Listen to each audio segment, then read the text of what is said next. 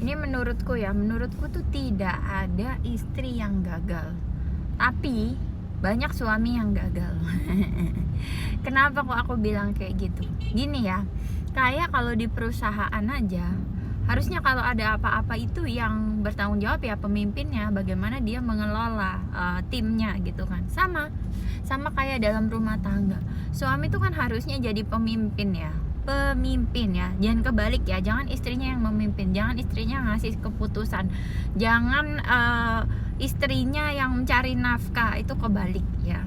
Pemimpin harusnya memang jiwa maskulin tuh memimpin, mengayomi, melindungi, dia yang mengambil bagian strategic thinking, oke? Nah, sedangkan istrinya itu mungkin yang gunakan 2 lajur kanan untuk lurus terus ke flyover Kampung Melayu. yang negosiasi dan lain sebagainya gitu ya. Apa ya tadi ada distraction dari waste. Nah, jadi menurutku kalau ada pasangan nih suami istri yang bercerai ya, yang gagal tuh bukan istrinya. Bisa jadi si istri tadi tuh udah jadi istri yang benar-benar solehah ya, udah ngasih anak, bahkan mungkin udah menutup aurat, Dalam udah 1 kilometer, lurus terus ke flyover Tebet.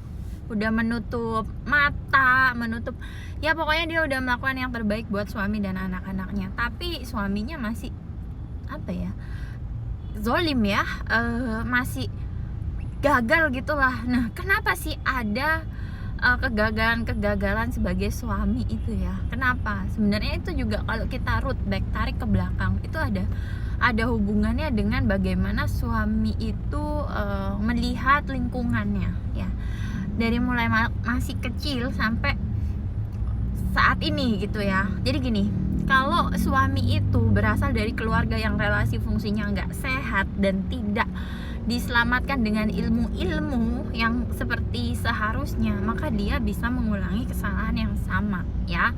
Oke, aku personally, aku sih memang keluarga aku, ayah ibu aku ya sampai sekarang masih baik-baik aja gitu. Tapi ada pelajaran lah ya di situ ya, yang akhirnya membuat aku memutuskan untuk menjadi seperti ini saat ini ya. Itu ternyata ada pelajarannya gitu ya. Nah, itu yang aku share di sini ya, di sosial media aku. Kalau kalian bilang kamu tuh trauma ya, terus ajak-ajak cewek lain buat menderita kayak kamu, enggak.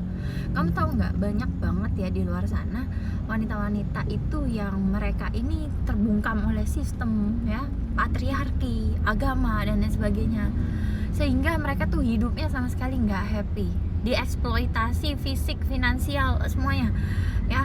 Dan itu sangat-sangat menyedihkan bagi aku ya. Aku bukan feminis, again, aku bukan feminis ya. Aku adalah feminin, beda ya, beda.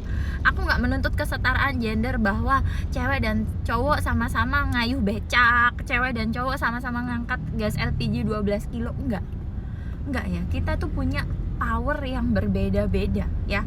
Kekuatannya perempuan di mana? Ya di kelembutannya, di cara dia memberi kasih sayang, di nurturingnya ya. Kekuatannya laki-laki di mana? Di logical thinkingnya ya, di cara dia mengelola risiko, di cara dia itu mengambil keputusan ya, kepemimpinannya. Di situ kekuatannya ya.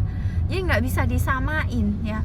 Kalau banyak yang gembar-gembor kesetaraan gender, dududu, split bill, whatsoever, I stand against them. Why? Kenapa? Karena aku nggak mau anak-anak kita, generasi penerus kita itu mengulangi kesalahan yang sama. Dan ini menjadi salah satu sumber dari LGBT. Ngerti ya? Oke? Jadi ibu yang maskulin bisa menimbulkan anak yang feminin, anak laki-laki yang feminin. Ya, ayah yang feminin bisa menimbulkan anak perempuan yang maskulin. Ya. Jadi itu menjadi salah satu cikal bakal LGBT. Kak, kamu memang udah bikin research? Enggak, aku nggak bikin research. Ya, aku memang nggak bikin research dan aku bukan akademisi, but I see so much cases yang similar like that. Okay, that's all. Sambil macet-macetan.